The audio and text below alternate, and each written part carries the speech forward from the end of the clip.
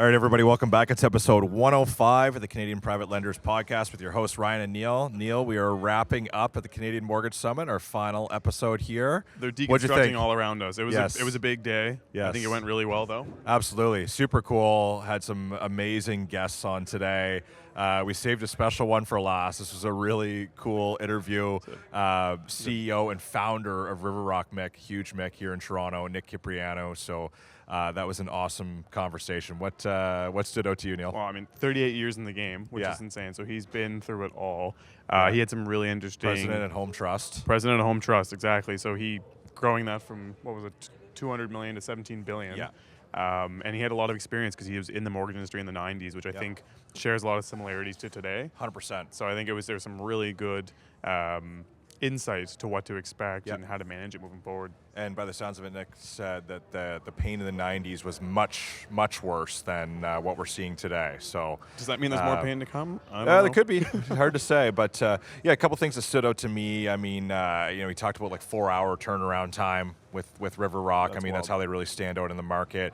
And also very different from a lot of private lenders in that they're very much looking for cookie cutter properties, highly marketable properties, and less concerned about credit profiles. They'll deal with, foreclosures, power of sales, credit delinquent clients, and the aggressiveness in terms of how they pursue arrears. Aggressiveness, and they're the most active and most involved lender that I've ever spoken to, where they are a true partner in this lending situation, whether you like it or not. They're going to make sure that deal gets across the line and close out, and both parties walk away better for it. Yep, and that's impressive when you get a portfolio. They're over 300 million as well, so that's not easy to do to stay on top of it. But obviously, it's led to their success in the market. Yeah. I think it was an awesome interview. And I hope everybody enjoys listening to it. Nick was brilliant. You guys will enjoy this. Hey everyone, thanks for tuning into the Canadian Private Lenders Podcast, a show covering the private lending industry, the mortgage broker space, and the Canadian economy. Your hosts are Neal Andreino and Ryan MacNeil. Enjoy. All right, our final interview in our Canadian Mortgage Summit series. We got a very special one to wrap up here. We've got the CEO and founder of RiverRock MIC, Nick Kyprianou. Nick, welcome to the show. Thanks for joining us. Thanks for inviting me. Awesome to have you on. Definitely want to dive deep into RiverRock here. I know you guys are a very interesting MIC based here in Toronto, but why don't you take us through a bit of your background, going way back, kind of how you ended up in the mortgage space, your time with Home Trust, leading that team, and what led you into founding RiverRock and getting into the private space. So I believe it or not, I've been in the residential mortgage business for 39 years. So I first started in banking when I was in university. I worked part-time as a teller at Canada Trust. It was the greatest job when you're in university. They paid good money. They were the long hours, right? So I worked 9 to 5 on Saturdays, 12 to 8 on Fridays. So it was great. So I worked there, and then in my final year of university, I interviewed and I got into the management program at Canada Trust. But that year, Canada Trust and Canada Permanent merged. All you guys are probably too young to remember Canada Permanent. But they phoned me and they said, we're up to, I'll never forget the HR guy, he said, we're up to our wazoo in trainees, and we're going to have to postpone your entry into the management program for a year. But just stay in the branch, it'll be great. And I thought, I'm finished university, I don't want to be a teller, this sucks. So I worked on the weekends sometimes with the mortgage officer, and I thought that was kind of interesting. So somehow I applied and I got accepted into the National Trust, which doesn't exist anymore, got bought by Scotiabank, National Trust Mortgage Manager Training Program. And they had the best training programs in the country. So I got into this training program, so they put me in a branch at a mortgage center in St. Catharines. And you had to do every single job. You had to do renewals and write an exam, and then you had to do statements and write an exam. So I did that for a little over a year. And then I worked there, got into underwriting, and then worked at a couple different places. But at the beginning of February 92, I started with Home Trust. That was my longest stint, and I was there 18 years. So when I started at Home Trust, it was 12 employees, portfolio was around 200 million. And when I left 18 years later, the book was around 17 billion, and we had offices across the country. So last couple of years I was there as a president. Before that, I was chief operating officer, and then I had various senior positions. I opened the office in Vancouver, Calgary, Montreal, Halifax. I created the lending in every city we did across the country. Kind of oversaw the Visa product. So it was an interesting, did investor relations, so that was interesting. So then I left, and then I started, there was a transfer agent company, public company, called Grey Horse.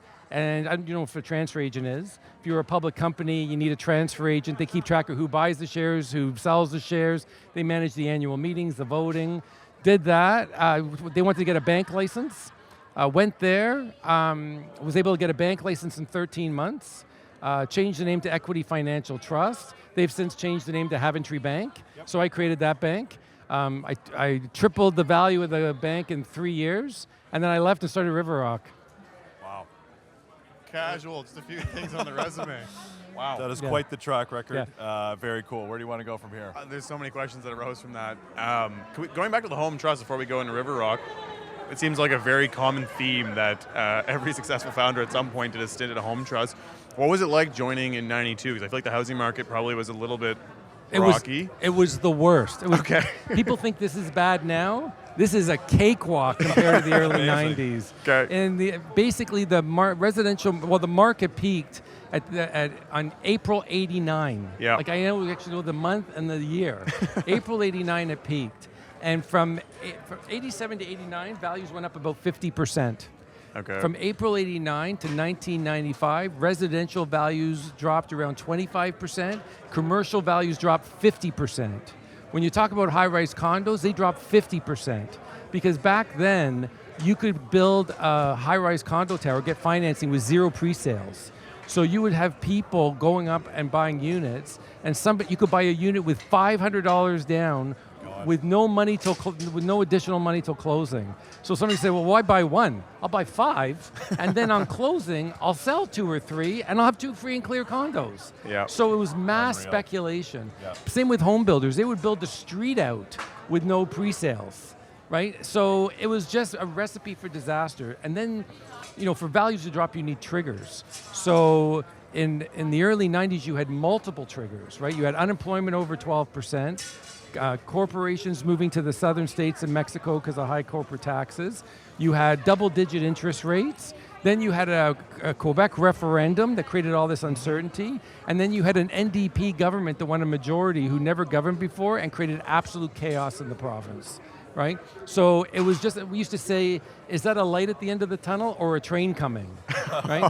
So when I was at Home Trust, on a Friday sometime, because it would be so bad, on Fridays, sometimes I would say to Jerry, the CEO, I go, are we going to be open on Monday? He goes, Monday, yes. Tuesday, I don't know yet.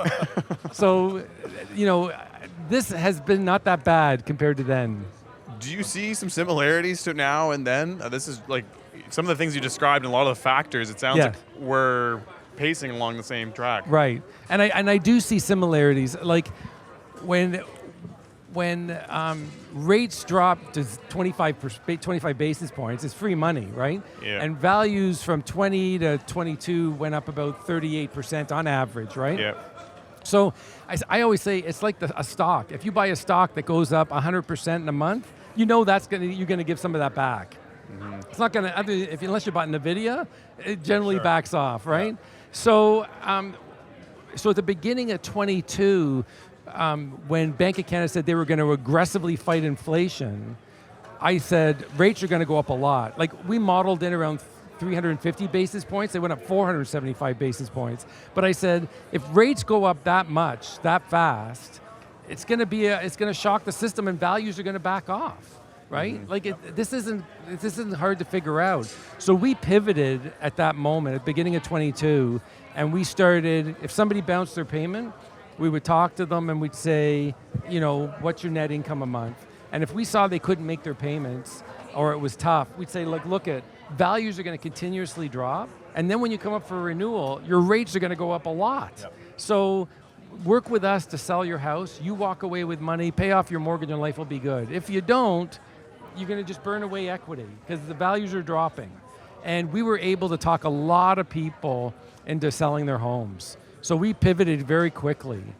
That is brilliant to actually go to them and explain that marketplace to them. Because I knew what was going to happen. Like, I've seen it before. It was so obvious what was going to happen, right? And we did have some people that said no, right? And then it dragged out, and they ended up with nothing. Because the mortgage was getting larger, they weren't paying their property taxes, interest was accruing, legal fees were accruing, and values were going down. The perfect storm, right? So, but we were able to talk most people into selling. And we took that, and we still take that approach today. Like, I would even say to people, I'll pay you $10,000 to leave. Yeah. Wow. I'll give you $10,000 in cash if you leave by the end of the month. And it worked. Crazy. Now the problem is that because our philosophy was we knew what was going on and what was happening, we became very, very tough on appraisals. So we'd get an appraisal for $1 million, and we'd say, it's worth 900.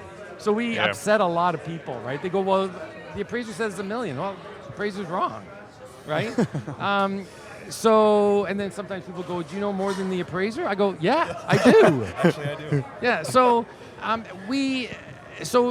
lot of people got annoyed with us over the last couple of years, but as far as detached semis and townhouses, we feel that market has now finally stabilized. Stabilizing. Yeah. And we're feeling more comfortable now and charging along. High-rise condos, it's a very interesting thing. The data's there. Like, I don't know why people get so confused about what's happening.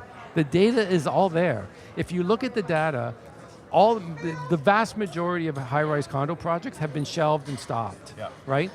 No permits are being issued. Then you look at trailing sales, right? Pre-sales. So by 2028, the values are going to soften, but 28 they're going to stabilize. By 2030, believe it or not, there is going to be a shortage of high-rise condos, and a big shortage. Basically, Ontario absorbs about 20,000 units a year. In 2030, there's only be 5,000 condos hitting the market. Wow. New. Yeah. It's that whip effect when everyone starts cutting it. So and if you own a high-rise condo, just put your seatbelt on and hold on to 2030. I love it. So I want to start diving in deep on RiverRock, but I'll tell a quick story first. So is it a good story or a bad story? I think it's very good. Okay. So just over 2 years ago, Neal and I and our business partner Zach had founded Keystone. And I'd been in the private space for coming up on 10 years, but the one thing I hadn't done before was start a MIC. And so I sent a cold email to you, Nick, and you were very generous with someone with your track record to have responded very quickly, jumped on a call with me, kind of took me through your experience. So I was very thankful for that, and it was very helpful in the stress of setting up our MIC last year. But so just wanted to call that out, that it was very much appreciated, someone with your track record to take the time. But let's dive in on RiverRock. So just want to kind of understand. So I know you've taken me through it before, but like, would you guys describe yourself as more of a traditional MIC in that you're looking for primarily residential properties? Right. I know you mentioned kind of like the cookie cutter home where you can easily attribute a value to it, right? So that's kind of your preferred space. Right. And you're doing this and you're issuing, you've got private investors coming in and you're issuing them dividends, I don't know, quarterly or monthly, or monthly distributions. But can you kind of walk us through, like, from a macro view, kind of what RiverRock does? So we like urban, suburban areas, right? So I always say, I like a street where you can drive down and everybody looks the same except for the color of the brick or siding and the landscaping. Sure. Easy to evaluate, easy to sell when something goes wrong. And we're fluid. Like, we used to lend as far west as Windsor. 5 years ago, we stopped lending west of London, right? Windsor historically is always a nightmare in any kind of softening, right? So we don't lend west of London as of 5 years ago. We go as far north as Barrie, and then we go as far east as Bowmanville, and then we do a little in Kingston, and then we do Greater Ottawa, right? But it's all about market. We don't do small towns. We don't do construction. We don't do commercial. We just do residential. But our range of the products, like I always say, we can't be everything to everybody. But what we do is we do it very well. Sure. So first of all, we get fast answers. 4-hour turnaround time, right? Secondly, we'll take somebody out of legal action, right? That's not a problem. We can close fast. And people say, oh, you advertise you can close within 24 hours. You shouldn't say something you can't do. We can do it. Just last week, We got a deal on Thursday of a purchase, and the bank pulled the commitment because the guy thought he was going to be able to sell his rental property, and he couldn't, and he exceeded the 4.5 times income ratio. So the bank pulled it. We got the deal on Thursday, and we closed it Friday morning. Wow. A purchase. That's impressive. Right? So we look at ways to structure deals to make them work, whether we hold back payments or what have you, right? And so I was going to ask that, knowing that you have some of those parameters, restrictive parameters, I'll say, how do you maintain growth? And have you been able to maintain growth over the past few years, considering you were maybe getting some of your borrowers to sell their homes? Right. You're making sure you don't lend in alternative markets. In 2023 and 2024, we flatlined. And that was more of intentional. Like we were cherry picking, right? Yep. Like we looked at last year, we looked at over $1 billion of business and probably closed 25% of it. Right, like because we didn't want problems, sure. Right? Absolutely. Like everybody you talk to, their arrears are escalating. Yeah. Ours are de-escalating, wow. right? And that's part of the other strategy. Collection is, and people say, oh, that you're not being nice, but we are being nice. So what we do is if somebody bounces a payment, 2 phone calls, a couple of emails, by day 15, if we don't hear anything back from them, we send somebody out to the house to put a letter in the door, right? If we don't hear back within 24 hours, we put them in legal action. They get a letter, and then they call. When they get the legal action letter, they always call, right? And then, just last week, we did that to somebody, and their cousin or something was a lawyer, and they called and they go, like, why are you being so aggressive with my, my cousin? I said, look their payment's $5,000 a month. We're only, at this point, 20 days in arrears. They just have to come up with $5,000. If we were passive and didn't really start doing anything for 3 months, they'd have to come up with $15,000. Yep. If 5,000 is much easier to come up them with 15, right? Yes. So that's why we're so aggressive. Like since we started 11 and a half years ago, out of all the people we put in legal action, we track it, 75% self-correct, 25% we've sold the house. In private lending, time is everything. The faster you move, the faster deals close. At Mortgage Automator, we build a platform that transforms how credit unions and enterprise lenders originate, service, and scale their business. No spreadsheets, no chaos. Just precision, automation, and control. From loan origination to servicing and investor management, every step is seamless so you can focus on what matters most. Growing your portfolio and customer base, not managing it. From AI to compliance and everything in between, Mortgage Automator is trusted by hundreds of private lenders across North America and is the highest rated platform on G2 and Capterra. Mortgage Automator, powering the future of private lending.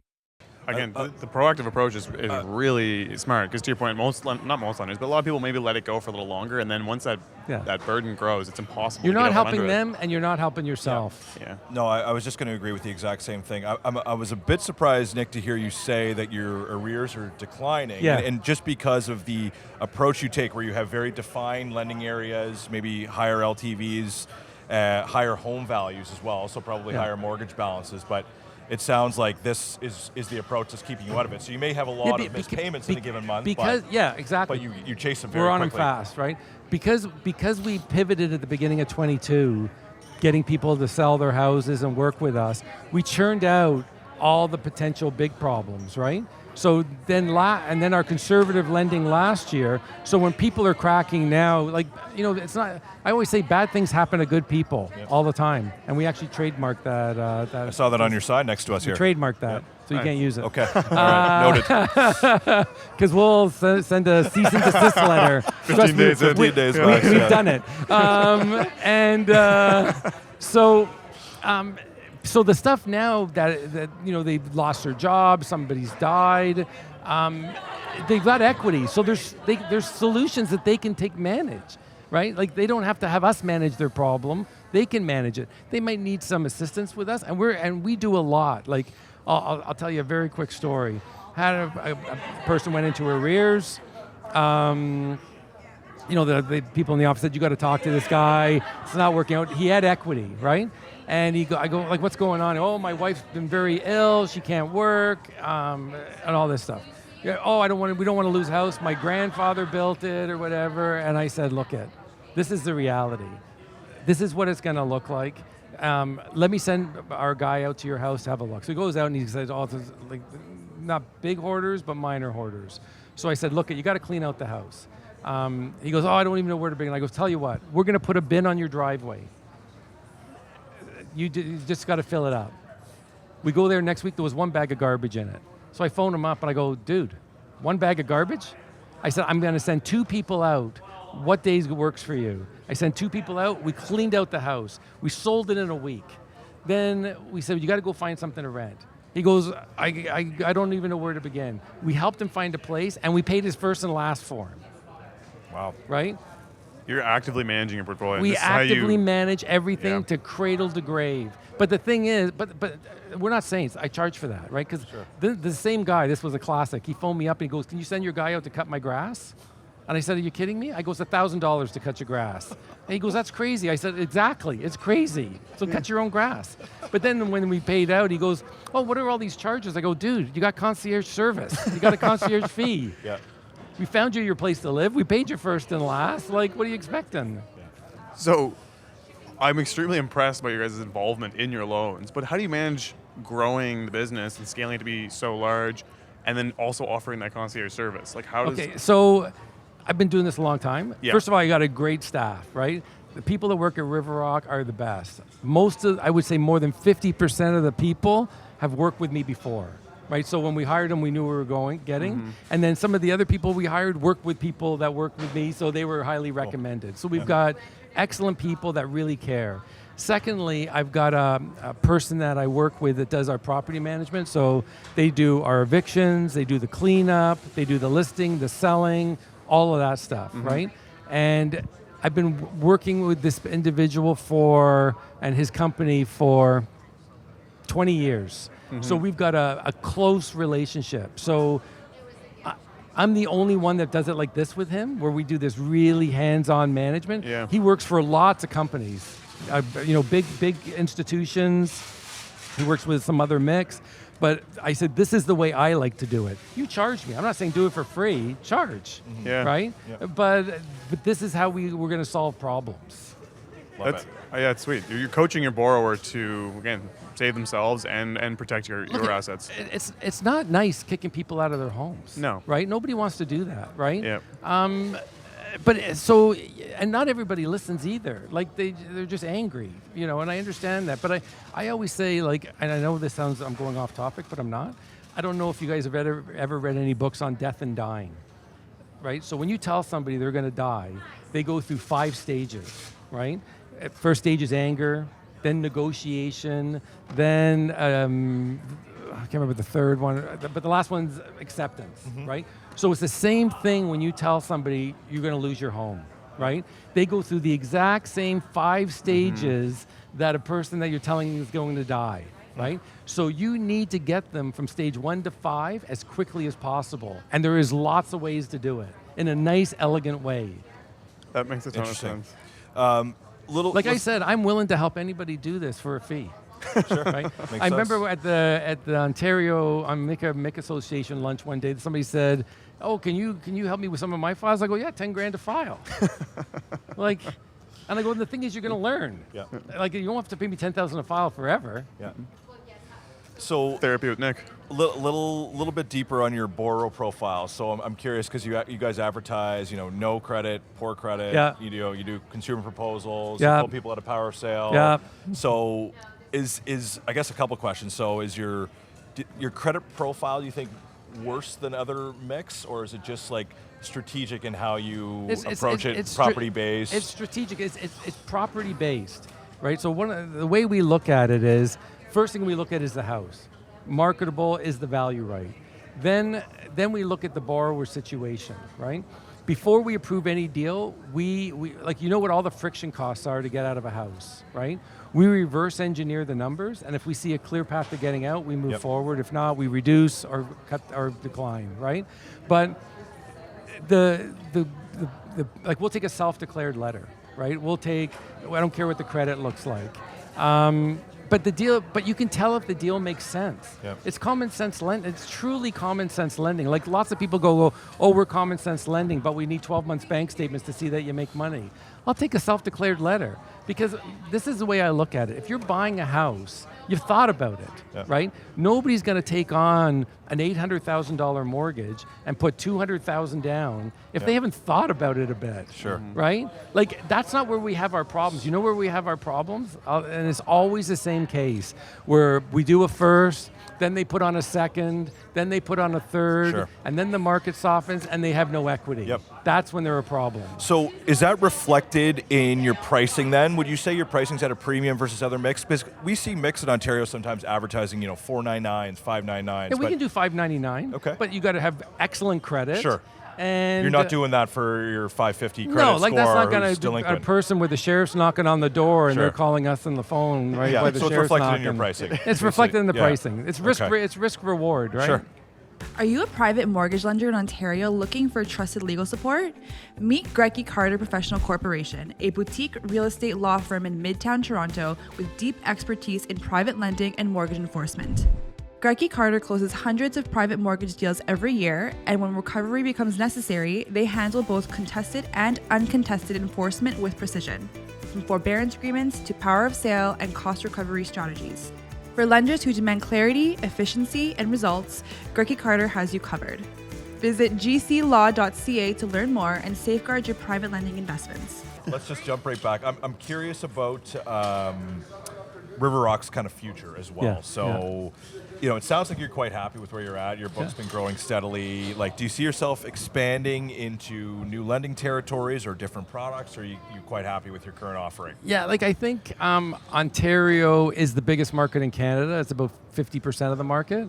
It's the most lender-friendly province from a legal perspective. So I think the market's big enough for here. Like I've lent from everywhere, from Victoria to Newfoundland. So I've lent everywhere. So I know the ups and downs and what's good and bad. So Ontario, I'm very comfortable with. We do plan to expand, and we're going to probably come up with another product soon. We're working with a company right now that we're going to be probably, let me think, I don't know, hopefully 3-4 months tops. We're going to come up with a cleaner end of the range, like a $5.99 low fee product at the cleaner end. Cool. So that we're working on that with this company. They're going to provide all the money. So it's going to be a separate fund that we're going to manage. Yeah. How many different funds? How many funds do you guys do? We have one. You just have one currently. One, but we're going to. This will be a separate one. Okay. Yeah, but we'll manage it all and we'll own a piece of it. And do you expect that to still be higher LTV, like up to 80%? Yeah. Or is that okay? Yeah, 80%. Okay. Yeah. Interesting. 80% on purchases, 75 on refinances. Sure. Okay. Right. Based on what you learned in the 90s and taking that home trust in such a growth wave, what are you applying from that today? Is that through the addition of new products, or like what's your I think the reason I really like the idea of coming up with a cleaner ended product, because we did the same thing at Home Trust when we introduced our A product. And what it did is it magnified our originations on our alternative product, because there's people out there that only deal in A, so they start giving you the A business, but everybody gets a B deal. But instead of just throwing it off to somebody, they can you do this too? And then so it actually increased our originations on our alternative product, offering the A product. So this is just right at A. It might be more closer to a Home Trust or Equitable product, but we're going to be easier to deal with, right? Because we're fast. So that's what we're looking to do. So do you think this has come up a couple times today, but do you think, this opportunity is lending in hand to the share of alternative lenders having increased significantly in the past couple of years, and then therefore the borrower quality is also increasing? And do you feel like that's going to continue as well? Yes, since I've been doing this, 1 out of 5 people don't qualify for a bank for various reasons, right? But that number always seems to be the same, 1 out of 5. I think the opportunity for MICs, like in private lenders, is since there was a big shift in 2012 with the introduction of B20 by OSFI, who regulates all the banks, deposit-taking institutions, when they introduced B20, and B20 is the residential underwriting guidelines and policies for regulated institutions. And when they instituted that, they had a whole criteria what an alternative loan was. They said if it meets that criteria, you can only do 65%. Here's all the documents you need. The stress testing is all part and parcel of that. This 4.5 times income ratio, that's all part and parcel of that B20. So what I've seen in the past, since 2012, OSFI's been making a conscious effort to de-risk the banks. And they've been doing that by introducing these policies. That's why you've seen an explosion in mix and private credit. That's why you've seen an explosion in private credit itself, because banks are pulling away from a lot of that business. So there's big opportunities. And you continue to see that path grow for us and be an opportunity for privates to... Yeah, I think there'll be I think there's lots of opportunity coming, but I think that there will be, I think on the FSRA website, I think the number of MIC licenses dropped by 15% year over year, something like that. Yeah. And I think that will continue to happen because I think a lot of MICs haven't been managed very well, and I think the losses are going to start catching up to them, and they're going to have to get out. There's already been some that have failed, right? Do you think it's going to lead to acquisitions and roll-ups? Is that something that happened in this space in the past, or you think would happen now? So in the early 90s, there was 16 trust companies like Home Trust, just all Ontario-based. We all basically did the same type of business. We were all competing with each other. When the market was failing and failing and failing, the regulators just stepped in and shut them down. So there wasn't consolidation with the small trust companies. There was consolidation with the big trust companies like Municipal Trust, National Trust.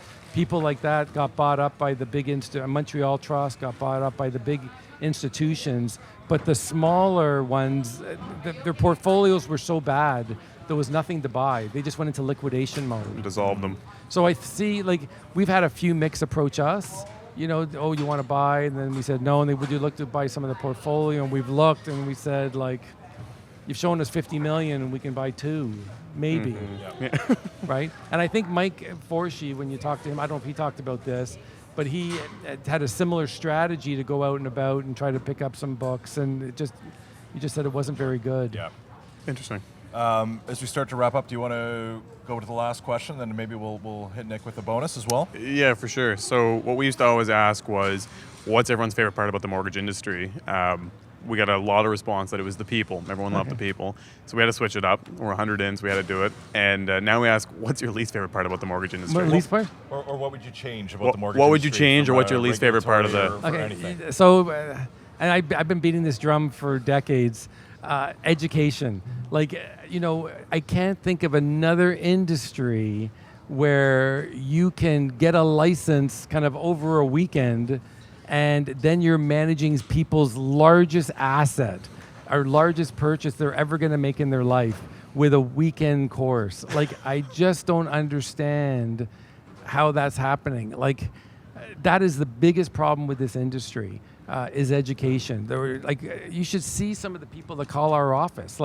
We have people calling us, and our underwriter will call them back and go, well, the mortgage is in arrears. And they go, well, how do you know that? And we go, because it says so on their credit report. They don't even know how to read the credit report. So there's a lot of things that need to be fixed from that perspective. Yep. I also think, getting back to education and licensing, you need to get an administrator's license in Ontario to operate a MIC, right? But there's no criteria, right?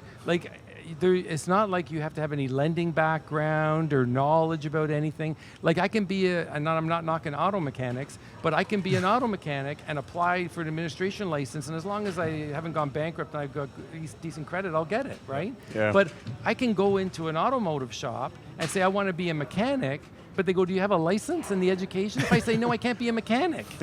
So, I don't understand why there's no barriers to entry. That makes a lot of sense, and I think it'll come through if there is an issue, a lot of issues that arise across the board, then they'll start to implement but in life, it's always the pendulum, right? Yeah. The pendulum's too far one way now, so if you fog a mirror, you're in. And then what'll happen is there'll be some spectacular blow-ups and people will be all upset, and then they'll swing the pendulum too hard the other way. It's an old tale. Yep. I'm going to add a bonus on there really quickly. Okay. Just with you have such a vast experience. What would you recommend to, because most of our listeners are brokers and MICs, what would be kind of your advice for the coming couple of years? Obviously, we've mentioned there's been some hardship. You guys have been preparing by offloading some of the loans, maintaining and being conservative. What's your advice for the coming couple of years to be good in the mortgage industry? I think getting leads is big, right? Getting business is big. Like I always say to our BDMs, like you got to kiss a lot of frogs, right, to get business. And in a market like this, you got to kiss more frogs, right? So getting the business, but then when you get the business, ask the right questions to the borrower. Like, do you have a job?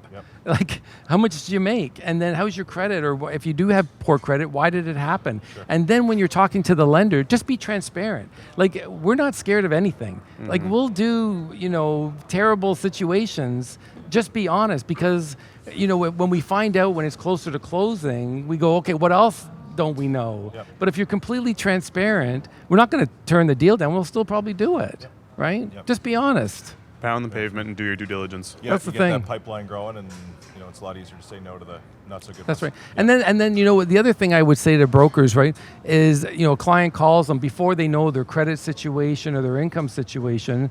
The clients always say, "What's your best rate?" And they'll quote whatever the best rate is. And then they get into it, and the guy goes, "Well, I got you, 5 points higher than that rate." And they go, "Well, you told me that's the rate." So I would never talk about rates, right? I always say it's about the rate until you can't get the money. Sure. Then it's about the money, solution, right? So you got to sell the solution, you sell the payment, don't sell the rate, and you're basically selling them the solution with a game plan to go back to the bank. That's how you do it. But you're knocking yourself out of the game if you start off with the rate, and then all of a sudden you find out your client has bad credit. Yep. That makes sense. Well said. So our typical bonus question has nothing to do with mortgages. Okay. It's usually related to food or sports. Do you have a preference, Nick? Like I always say to my wife, I'm a seal. Throw anything at me, I'll eat it, as long as it's not spicy. Let's go with food then. So I know you're a Toronto guy. Yeah. Your office is downtown. Yeah. You live in the city. So Yeah. can you share with us what your favorite restaurant is in the city? I like Italian. Like Okay. I'm a real basic guy. Like I'm not a fancy fellow. Okay. So I like Italian restaurants. I can't think of one off the top of my head. Sports, I like football, NFL football. Okay. Who's your team? If it was, I like New England. I know Okay. they're shitty right now, but I still like them. You're a Tom Brady guy? Good I to like live Tom for- Brady. Like, listen, the guy that can win that many Super Bowls, go to another team and win a Super Bowl, that's amazing. Absolutely. That's impressive. Yeah, pretty impressive track record. Not so good now, I guess, but I don't feel bad for Pats fans after the run that they had. Yeah, they've so, done okay. Yeah, they've Yeah. done very well. So thank you so much, Nick. Oh, This thank is you. fantastic. Great Yeah, insight. thanks for coming on. Anything else you want to add before we wrap? Or No, just thanks to everybody for sending us their business. Love it. Thanks, Nick. Thanks, Nick. Thank you. Thanks for listening, guys. It's Neal, your co-host and co-founder at Keystone Mortgage Investment Corp. and Director of Investor Relations. I'm also a real estate agent, real estate investor, and business owner. And your co-host and co-founder of Keystone Mortgage Investment Corporation, Ryan MacNeil. Keystone MIC is licensed under the Mortgage Regulations Act of Nova Scotia, license number 3000844, and through FCMB, license 89280. Keep in mind, the views of this podcast are for informational purposes only and are not financial advice.